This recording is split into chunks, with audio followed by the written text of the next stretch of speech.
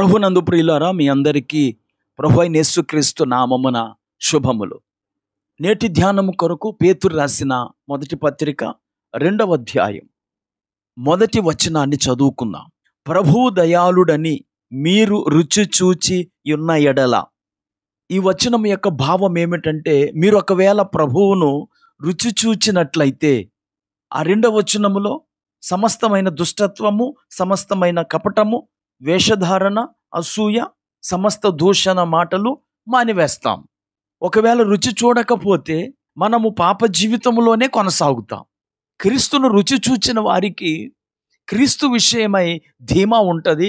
Bible పరిభాషలో విశ్వాసము కలిగి ఉంటాం.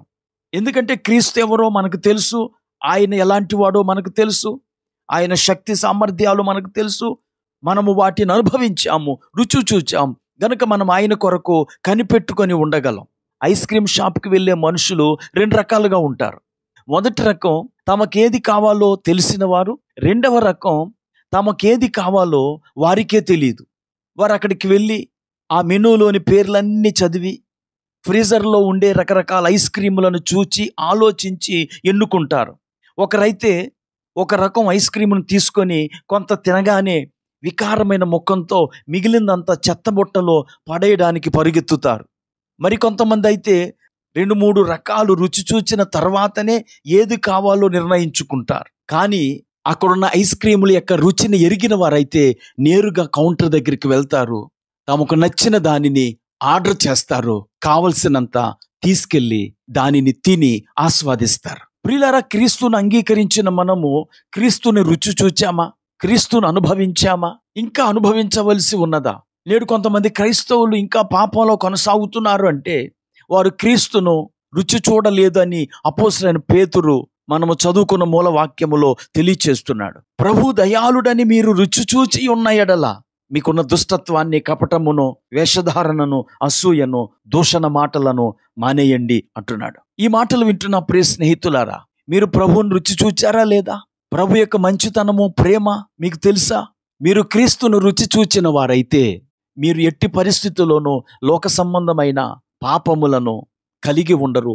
వాటిని వెంటనే విడిచిపెడతారు. కీర్తన 34:8 కీర్తనాకారుడు ఇలాగూ తెలియచేస్తున్నాడు, యెహోవా ఉత్తముడని రుచి చూచి తెలుసుకొనుడి.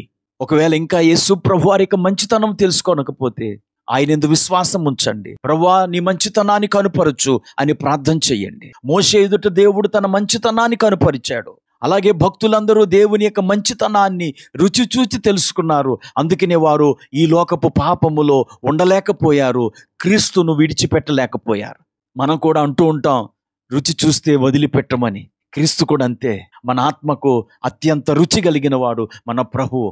కొంతమంది ఇంకా పాపములో ఉండటం వల్ల క్రీస్తు యొక్క రుచి వారికి తెలియటం లేదు. చనిపోయిన శవం యొక్క నోటిలో ఎంత మధురమైన తేనెను వేసినా అతడు స్పందించడు, ఎందుకంటే అతడు చచ్చిపోయి ఉన్నాడు గనక.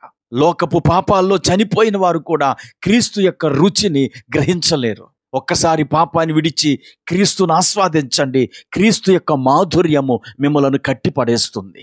ప్రార్థన చేసుకుందాం. కృపా కనికరము కలిగిన మా తండ్రి, నీకు వందనాలు. నిన్ను రుచి చూచిన వారు ఎలాగుంటారో, వేటిని విడిచిపెడతారో నేటి సందేశంలో మీరు మాకు తెలియచేశారు. ఈ మాటలు వింటున్న వీక్షకులందరూ నిన్ను రుచి చూచి తెలుసుకొని నీ కొరకు జీవించే భాగ్యము దయచేయమని యేసుక్రీస్తు నామమున ప్రార్థించి వేడుకుంటున్నాము. ఆమేన్.